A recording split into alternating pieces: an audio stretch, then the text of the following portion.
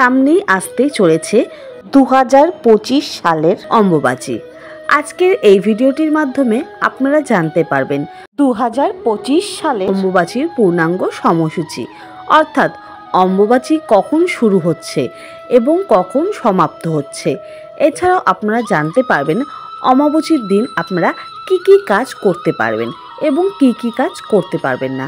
এছাড়াও আমার কাছে অনেকেই প্রশ্ন করেছেন যে অম্বুবাচীর মধ্যে কি গোপাল পুজো করা যাবে কি না, এছাড়াও নিত্যদিন পুজো করতে পারবেন কি না, সন্ধ্যাবেলা সন্ধ্যাবাতি দিতে পারবেন কি না, তুলসী তলায় জল দিতে পারবেন কি না।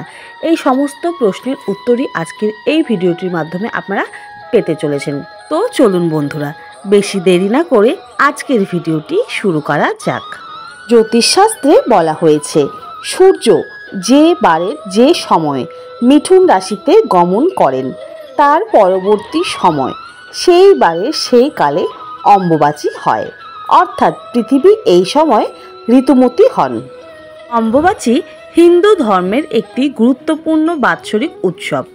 লোকবিশ্বাস মতে আষাঢ় মাসে মৃগশিরা নক্ষত্রের 3টি পথ শেষ হলে পৃথিবী বা ধরিত্রী মা ঋতুমতী হয়। এই সময়টিতে অম্বুবাচী পালন করা হয়। ঋতুমতী নারীরা যেমন সন্তান প্রসব করতে পারে, তেমনি ধরিত্রী মা ঋতুমতী হয় জন্যই শস্য শ্যামলা হয়ে ওঠে।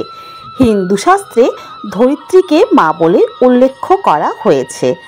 আষাঢ়ের এই সময় থাকে ঘোর বর্ষা।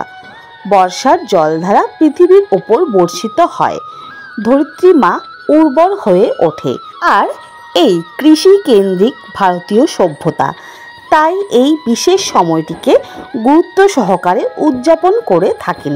অম্বুবাচীর 3 দিন পর্যন্ত কোনো ধরনের মাঙ্গলিক কার্য করা যায় না। চতুর্থ দিন থেকে মাঙ্গলিক কাজে কোনো বাধা থাকে না। অম্বুবাচীর সময় হাল ধরা, গৃহপ্রবেশ, বিবাহ ইত্যাদি শুভ কাজ করা নিষিদ্ধ থাকে ও এই সময় মঠ মন্দিরের প্রবেশদ্বারও বন্ধ থাকে। অমাবস্যার পূর্ণাঙ্গ সময়সূচি। অম্বুবাচীর প্রবৃত্তি মানে অম্বুবাচী শুরু হচ্ছে 7ই আষাঢ় 1432, 22শে জুন 2025 রবিবার দুপুর 2:57। অম্বুবাচী নিবৃত্তি মানে অম্বুবাচী শেষ হচ্ছে 10ই আষাঢ় 1432, 25শে জুন 2025 বুধবার রাত্রি 3:21। তো বন্ধুরা, এখন আমরা জেনে নেব অম্বুবাচী চলাকালীন আমাদের পুজো পাঠ করা উচিত কিনা। এছাড়াও আমরা এখন জেনে নেব অম্বুবাচী চলাকালীন নিয়ম ও বিধি কি রয়েছে। প্রচলিত বিশ্বাস অনুযায়ী ঋতুকালে মেয়েরা অশুচি থাকেন। একইভাবে মনে করা হয় পৃথিবীও সময়কালে অশুচি থাকেন। সেই জন্য এই 3 দিন ব্রহ্মচারী, সাধু, সন্ন্যাসী, যোগী পুরুষ এবং বিধবা মহিলারা অশুচি। পৃথিবীর ওপর আগুনে রান্না করে কিছুই খান না। বিভিন্ন ফলমূল খেয়ে এই 3 দিন কাটাতে হয়। এখনও বিভিন্ন পরিবারের বয়স্ক বিধবা মহিলারা 3 দিন ধরে অম্বুবাচী উপলক্ষে ব্রত পালন করেন। 3 দিন পরে জামা কাপড় ভালো করে ধুয়ে, এমনকি বিছানাও ভালো করে সাবান দিয়ে ধুয়ে নিজেরা সাবান শ্যাম্পুতে স্নান করে সব কিছুতে হাত দেন। আমরা প্রায় সকলেই জানি অম্বুবাচী চলাকালীন আসামের গুয়াহাটিতে কামাখ্যা মন্দিরে বিশেষ মেলার আয়োজন করা হয় এবং সে সময় কামাখ্যা মন্দিরের দরজা বন্ধ থাকে। কিন্তু শুধু কামাখ্যা নয়, অম্বুবাচী চলাকালীন বিভিন্ন মন্দির ও ঠাকুরঘরের মাতৃশক্তি যেমন কালী, দুর্গা, জগদ্ধাত্রী, বিপত্তারিণী, শীতলা, চণ্ডীর প্রতিমা বা ছবি কাপড় দিয়ে ঢেকে দেওয়া হয়। অম্বুবাচী চলাকালীন পুজো করার সময়ে মন্ত্রপাঠ করা উচিত না, শুধুমাত্র ধূপ ও প্রদীপ জ্বালিয়ে প্রণাম করতে হয়। অম্বুবাচীর পর দেবীর মূর্তি বা ছবিতে দেওয়া কাপড় খুলে নিতে ভুলবেন না। এরপর সেই দেবীর মূর্তি ভালো করে স্নান করিয়ে পুজো করবেন। অম্বুবাচী শেষ হলে দেবীকে আম এবং দুধ নিবেদন করা শুভ। তবে অম্বুবাচীতে গুরু পুজো করতে কোনো বাধা নেই, এমনকি গুরু প্রদত্ত মন্ত্র অনায়াসে জপ করতে পারবেন।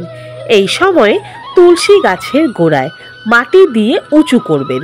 এছাড়া যারা মন্ত্রে দীক্ষিত তারা জপ করতে পারবেন। অম্বুবাচীর সময়কালে সৌভাগ্য কুণ্ডের ধারে গণেশ বিগ্রহ দর্শন করে ও নিষ্ঠা করে পুজো করলে শুভ ফল মেলে। সেই সঙ্গে বিধিপূর্বক অগ্নি স্থাপন করে নিজ ইষ্টমন্ত্রে হোম করুন, এতে সংসারের মঙ্গল হবে। সতীপীঠের অন্যতম অসমের কামাখ্যা মন্দির সতীর গর্ভ এবং যোনি পড়েছিল। তন্ত্র সাধনার অন্যতম পীঠ এই মন্দির। প্রতি বছর অমাবস্যার দিন 3 দিন কামাখ্যা মন্দিরে বিশেষ উৎসব এবং মহামেলার আয়োজন হয়। এই সময় কামাখ্যা মন্দির বন্ধ থাকার রীতি রয়েছে, তবে চতুর্থ দিনে সর্বসাধারণের ভক্তকুলের জন্য মন্দিরের দ্বার খুলে দেওয়া হয়। দেশ বিদেশ থেকে ভক্তরা ভিড় জমান মন্দিরে। এছাড়াও বছরের এই দিনে অন্যান্য দিনের মতোই তারাপীঠ মন্দিরে চলে মা তারার পুজো, এমনকি ভক্তদের জন্য খোলা থাকে মন্দিরের দ্বার। অম্বুবাচীর 3 দিন কোনো মাঙ্গলিক এবং শুভ কাজ করা শাস্ত্রমতে সমর্থিত নয়, যেমন বিবাহ, উপনয়ন, অন্নপ্রাশন, গৃহপ্রবেশ করা যায় না। এছাড়াও সংসার কল্যাণের কথা মাথায় রেখে দৈনন্দিন কিছু কাজও বাদ থাকে এই 3 দিন।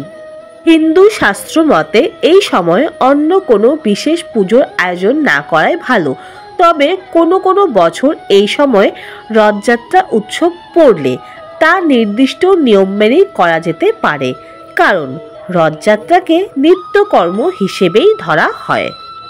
শাস্ত্র বলে ধরিত্রী তথা নারীর এই বিশেষ সময়টি অতি পবিত্র।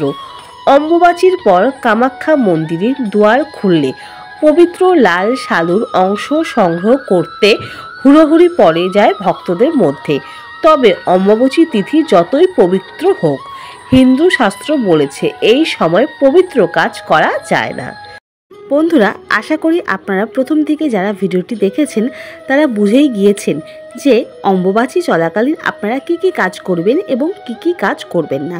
আর যেই বন্ধুরা আমাকে প্রশ্ন করেছিলেন যে অম্বুবাচী চলাকালীন নিত্যদিনের পুজো করা যাবে কিনা, গোপালের সেবা করা যাবে কিনা, তো বন্ধুরা আপনারা যারা ভিডিওটি প্রথম থেকে দেখলেন তারা বুঝেই গিয়েছেন যে অম্বুবাচী চলাকালীন আপনারা কি কি কাজ করতে পারবেন এবং কি কি কাজ করতে পারবেন না। এবং এই ভিডিওটির মাধ্যমে আমি আপনাদেরকে আগেই বলে দিয়েছি যে আদি শক্তির রূপ দেবী দুর্গা, কালী, চণ্ডী, মা শীতলা এবং অন্যান্য দেবীর পুজো অম্বুবাচী চলাকালীন করা যাবে না, কিন্তু দেবতা অর্থাৎ কৃষ্ণ, নারায়ণ, গোপাল সেবা আপনারা করতেই পারবেন। কিন্তু জাঁকজমক করে কোনো পুজো এই সময় করার দরকার নেই। নিত্যদিনের পুজো ফুল ফল নিবেদন করে ধূপ দ্বীপ আপনারা দেখাতে পারবেন। কিন্তু অম্বুবাচী শেষ হওয়ার পর দেবীর চিত্রপট বা মূর্তি আপনারা যেভাবে স্নান করাবেন বা পরিষ্কার করাবেন, ঠিক সেভাবেই বাড়িতে যদি গোপাল থেকে থাকে গোপালকেও ভালো মতন স্নান করাবেন।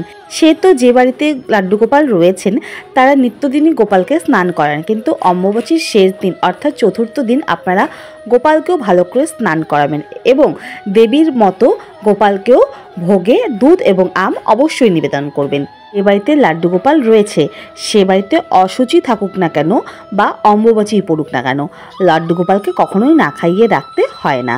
তো বন্ধুরা, আশা করি আজকের এই ভিডিওটি আপনাদের ভালো লেগেছে এবং ভিডিওটি দেখে আপনারা একটু হলেও উপকৃত হয়েছেন।